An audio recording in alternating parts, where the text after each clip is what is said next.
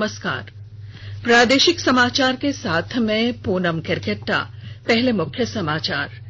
प्रधानमंत्री नरेंद्र मोदी ने street vendors Atmanirbhar Nidhi योजना के लाभार्थियों को डिजिटल लाभ देने का दिया आश्वासन। राज्य में कोरोना संक्रमित मरीजों की संख्या बढ़कर अब तक 55,296 हुई, जबकि 537 लोगों की मौत।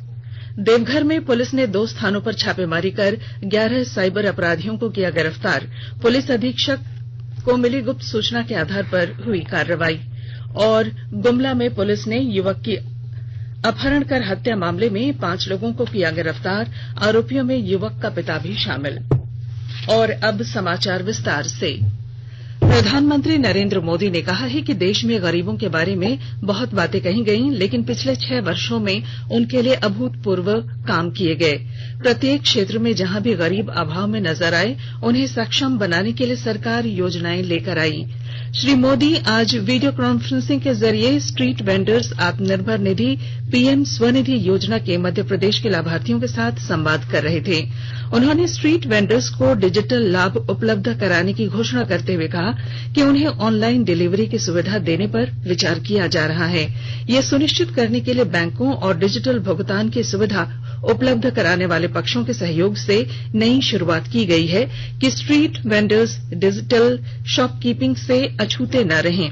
अब बैंकों और संस्थानों के प्रतिनिधि स्ट्रीट वेंडर के घर और रेहड़ी तक जाएंगे और उन्हें QR कोड देंगे। बीते 3-4 साल के दौरान देश में डिजिटल लेन देन का चलन तेजी से बढ़ रहा है। कोरोना काल में हम सब महसूस भी कर रहे हैं कि ये कितना जरूरी भी है। अब ग्राहक नकद पैसे लेने देने से बचते हैं, सीधे मोबाइल से ही पेमेंट करते हैं। इसलिए हमारे रेहड़ी पटरी वाले साथी इस डिजिटल दुकानदारी में बिल्कुल पीछे न रहें। प्रधानमंत्री नरेंद्र मोदी कल वीडियो कॉन्फ्रेंसिंग के जरिए बिहार में प्रधानमंत्री मत्स्य संपदा योजना का शुभारंभ करेंगे। श्री मोदी किसानों के सीधे इस्तेमाल के लिए ई गोपाला ऐप का भी उद्घाटन करेंगे। इस ऐप के जरिए व्यापक नस्ल सुधार कार्यक्रम, सूचना पोर्टल और बाजार की सुविधा की पूरी जानकारी उपलब्ध कराई जाएगी। इस अवसर पर प्रधानमंत्री बिहार में मत्स्य पालन और पशुपालन क्षेत्र में कई नए कार्यक्रमों का भी उद्घाटन करेंगे। प्रधानमंत्री मत्स्य संपदा योजना सरकार की फ्लैगशिप योजना है। इसके तहत 20,000 करोड़ रुपए के अनुमानित निवेश से देश के मत्स्य क्षेत्र के लगातार विकास पर ध्यान केंद्रित किया जाएगा। झारखंड में कोरोना वायरस के संक्रमण की जांच का दायरा बढ़ने से बड़ी संख्या में नए संक्रमितों की पहचान हो रही है। राज्य में अब तक 537 लोगों की मौत कोरोना से हो गई और कुल 55,000 से अधिक मामले हो गए हैं। कई जिलों में कोरोना के विशेष जांच अभियान चलाए जाने से बड़ी संख्या में नए संक्रमितों की पहचान हुई है। विशेष अभियान तथा नियमित जांच में कुल 2,652 नए मरीजों की पुष्टि हुई। इस बीच राहत की खबर यह है कि विभिन्न जिलों में 1,812 मरीज स्वस्थ भी हुए हैं। राज्य में अब तक 39,362 मरीज कोरोना को मात दे चुके हैं। कल पूर्वी सिंहभूम में सबसे अधिक 475 नए संक्रमितों की पहचान की गई। बोकारो में भी 335, कोडरमा में 294, सरायकेला खरसावां में 248, हजारीबाग में 210, धनबाद में 192, रामगढ़ में 165, सिमडेगा तथा पश्चिमी सिंहभूम में 127 नए मरीजों की पहचान हुई। इन जिलों में कोरोना जांच के विशेष अभियान चलाए गए थे। रांची में भी नियमित जांच में 210 नए मरीजों की पहचान की गई। रांची में आज विशेष जांच अभियान चलाया गया। कल राज्य में 13 मरीजों की इससे मौत हुई। लोहरदगा जिले में कोरोना संक्रमण लगातार बढ़ रहा है। सिविल सर्जन विजय कुमार ने जिले में आज 13 नए कोरोना संक्रमित मरीजों की पुष्टि की। इनमें 10 पुरुष और 3 महिलाएं हैं। अब तक जिले में कोरोना संक्रमण के 778 मामलों की पुष्टि हो चुकी है, जिनमें 636 लोगों के स्वस्थ होने पर उन्हें अस्पताल से छुट्टी दे दी गई है। इनमें आज भी 10 लोगों को अस्पताल से घर भेजा गया। 3 महिलाएं और 7 पुरुष इसमें शामिल हैं। स्वस्थ हुए लोगों को कोरोना संक्रमण से बचाव की सलाह दी गई है। केंद्रीय स्वास्थ्य मंत्री ने इस महीने की 21 तारीख से 9वीं से 12वीं कक्षा के स्कूलों को आंशिक रूप से दोबारा खोलने के लिए मानक संचालन प्रक्रिया SOP जारी की है। इन दिशा निर्देशों में विद्यार्थियों के बीच नोटबुक, पेन, पेंसिल, पीने के पानी की बोतलें साझा नहीं करने और असेंबली तथा खेल की मनाही के साथ ही ऑनलाइन सीखने को प्रोत्साहित करने जैसे कुछ महत्वपूर्ण बिंदु शामिल किए गए हैं। इसके अनुसार स्कूल में आने के लिए छात्रों के माता पिता या अभिभावकों की लिखित सहमति जरूरी होगी और शिक्षक तथा छात्रों के बीच संवाद सुनियोजित ढंग से किया जाएगा। इस तरह स्टाफ रूम, कार्यालय, रिसेप्शन क्षेत्र और अन्य स्थानों पर भी सुरक्षित दूरी बनाए रखना अनिवार्य होगा। दिशा निर्देशों में स्कूल के बुजुर्ग और अधिक जोखिम वाले कर्मचारियों तथा गर्भवती महिलाओं को अतिरिक्त सावधानी बरतने को कहा गया है। इन स्कूलों में संक्रमण के खतरे वाले व्यक्तियों में ऑक्सीजन के स्तर की जांच के लिए पल्स ऑक्सीमीटर की भी व्यवस्था करनी होगी। आकाशवाणी का समाचार सेवा प्रभाग आज अपने फोन इन कार्यक्रम में कोविड-19 पर एक विशेष परिचर्चा प्रसारित करेगा। सफदरजंग अस्पताल नई दिल्ली के चिकित्सा अधीक्षक डॉ बलविंदर सिंह इस चर्चा में भाग लेंगे। ये कार्यक्रम रात 9:30 बजे से FM गोल्ड और अतिरिक्त मीटरों पर सुना जा सकेगा। श्रोता स्टूडियो में हमारे टोल फ्री नंबर 1800-115767 पर फोन कर विशेषज्ञ से सवाल पूछ सकते हैं। श्रोता 011-2331-4444 पर भी सवाल पूछ सकते हैं। #AskAIR का इस्तेमाल कर Twitter handle @AIR news alert से भी आप सवाल पूछ सकेंगे। ये कार्यक्रम हमारी वेबसाइट newsonair.com और हमारे YouTube channel news on AIR official पर भी उपलब्ध रहेगा। Mobile app news on AIR से भी अपडेट लिए जा सकेंगे। स्वास्थ्य और परिवार कल्याण मंत्रालय ने लोगों को सलाह दी है कि वे नोवेल कोरोना वायरस से अपने को सुरक्षित रखने के लिए सभी बुनियादी एहतियाती उपायों का पालन करें और सामाजिक दूरी बनाए रखें। एक रिपोर्ट। सरकार ने कहा है कि आवश्यक वस्तुओं की पर्याप्त आपूर्ति जारी है और लोगों को चिंता करने की कोई जरूरत नहीं है। लोगों को सलाह दी जाती है कि वे आवश्यक वस्तुओं और चिकित्सा सामानों की खरीदारी करते समय धैर्य रखें और शांत रहें। आवश्यक वस्तुओं को खरीदने के लिए बार बार बाहर निकलने से बचें। साथ ही लोगों से हाथ मिलाने और गले लगने से भी बचना चाहिए। बाजार, मेडिकल स्टोर और अस्पतालों में लोग कम से कम 1 मीटर की दूरी बनाए रखें। घर पर गैर जरूरी सामाजिक समारोह से बचा जाना चाहिए और घर पर मेहमानों को नहीं बुलाना चाहिए। लोगों को अपनी आंख, नाक और मुंह छूने से बचना चाहिए और लगातार हाथ साफ करते रहना चाहिए। हाथ को दोनों तरफ से कम 20 सेकंड तक रगड़कर धोना चाहिए। यदि कोई व्यक्ति खांसी या बुखार से पीड़ित है तो वह दूसरों के संपर्क में आने से बचे और डॉक्टर से तुरंत परामर्श ले। स्वास्थ्य मंत्रालय ने कोरोना वायरस के बारे में जानकारी के लिए एक टोल फ्री नंबर 1075 जारी किया है।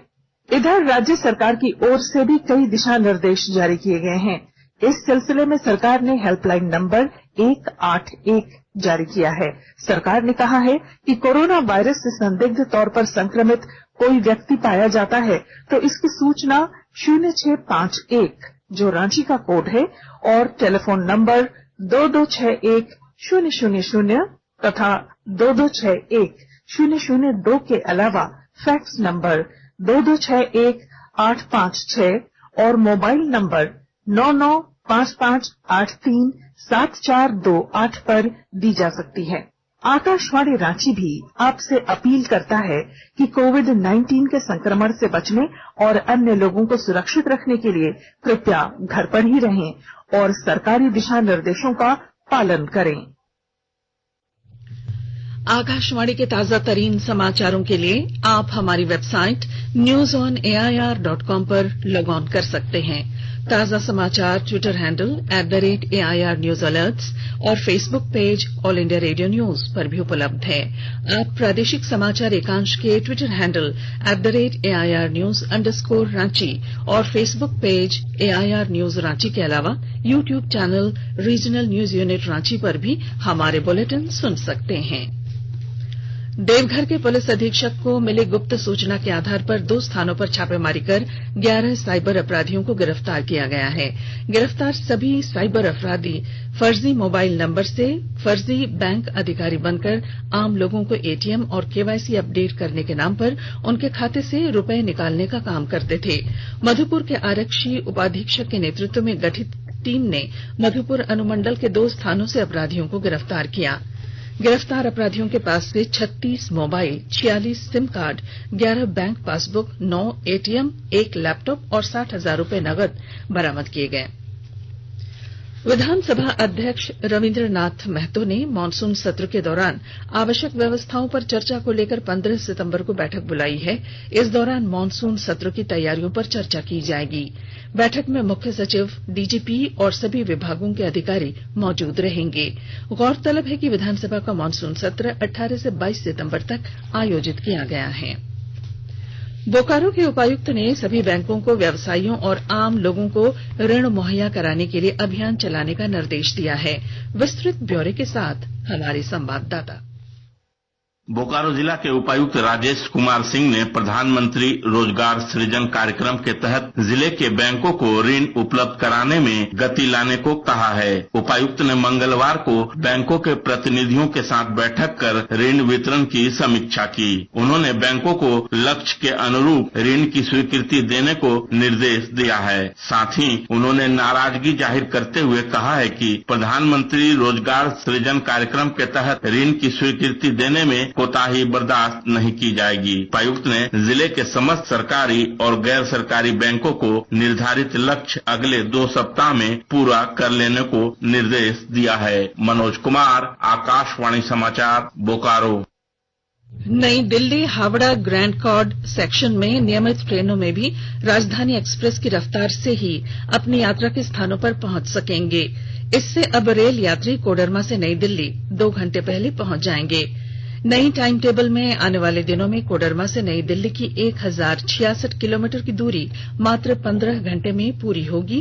रेलवे ने पिछले अगस्त महीने से धनबाद के प्रधान खंता से पंडित दीनदयाल उपाध्याय जंक्शन गोमो के बीच गति सीमा 110 की जगह 130 कर दी है, जो राजधानी एक्सप्रेस की गति सीमा है। झारखंड रक्षा वाहिनी स्वयं सेवक संघ ने अपनी मांगों को लेकर मुख्यमंत्री हेमंत सोरेन के साथ बैठक की। झारखंड रक्षा वाहिनी स्वयं सेवक संघ के अधिकारियों ने राज्य के गृह रक्षकों को बिहार राज्य के समतुल्य समान कार्य का समान वेतन और अन्य सुविधाएं मुहैया कराने की मांग मुख्यमंत्री से की है। मुख्यमंत्री हेमंत सोरेन ने गृह रक्षकों की समस्याओं को जल्द ही समाधान करने का आश्वासन दिया। ये जानकारी संघ के प्रवक्ता कृष्णानंद राय ने दी है। केंद्रीय शिक्षा मंत्री रमेश पोखरियाल निशंक ने आज नई दिल्ली में वर्चुअल कार्यक्रम के माध्यम से केंद्रीय माध्यमिक शिक्षा बोर्ड से संबद्ध स्कूलों के 38 अध्यापकों और प्रधानाचार्यों को सीबीएसई शिक्षक पुरस्कार प्रदान किए। ये पुरस्कार वर्ष 2019-20 के दौरान स्कूल शिक्षा में सुधार, नवोन्मेष तथा समर्पण के लिए दिए गए महत्वपूर्ण योगदान के लिए दिए जाते हैं। गुमला में पुलिस ने युवक की अपहरण और हत्या के मामले में आज 5 लोगों को गिरफ्तार किया है। पिछले 5 सितंबर की रात को सिसई थाना क्षेत्र के मकरा गांव से बुद्धेश्वर उरांव नामक एक युवक की हत्या कर दी गई थी। गिरफ्तार आरोपियों में मृतक के पिता, सौतेली मां और सौतेला भाई सहित 5 लोग शामिल हैं। पुलिस अधीक्षक हृदीप पी जनार्दन ने बताया कि बुद्धेश्वर उरांव की हत्या जमीन की हिस्सेदारी और बंटवारे को लेकर की गई। संक्षिप्त खबरें। साहिबगंज जिले में आज गंगा स्नान के दौरान 2 बच्चियों की डूबकर मौत हो गई। एनजीटी के आदेश पर पश्चिमी सिंहभूम जिले के सुदूर नक्सल प्रभावित रोरो एस्बेस्टस माइन से प्रभावित तिलाई सूद गांव में आज जिला प्रशासन ने शिविर लगाकर ग्रामीणों की समस्याएं सुनी। और देश में बाल मृत्यु दर में 1990 से लेकर 2019 के बीच निरंतर कमी हो रही है। भारत में 1990 में प्रत्येक 1000 जीवित शिशु के जन्म के बाद 5 वर्ष की उम्र से पहले 126 शिशुओं की मौत हो जाया करती थी। अब ये घटकर 2019 में केवल 34 रह गई है। और अब बुलेटिन के आखिर में मुख्य समाचार प्रधानमंत्री नरेंद्र मोदी ने स्ट्रीट वेंडर्स आत्मनिर्भर निधि योजना के लाभार्थियों को डिजिटल लाभ देने का दिया आश्वासन। राज्य में कोरोना संक्रमित मरीजों की संख्या बढ़कर 55,296 हुई, जबकि 537 लोगों की इससे मौत भी हुई। देवघर में पुलिस ने 2 स्थानों पर छापेमारी कर 11 साइबर अपराधियों को गिरफ्तार किया। और गुमला में पुलिस ने युवक की अपहरण और हत्या मामले में 5 लोगों को गिरफ्तार किया। आरोपियों में युवक का पिता भी शामिल। और इसके साथ ही आकाशवाणी रांची से प्रादेशिक समाचार का ये बुलेटिन समाप्त हुआ। नमस्कार। घर में रहिए, सुरक्षित रहिए और सुनते रहिए आकाशवाणी।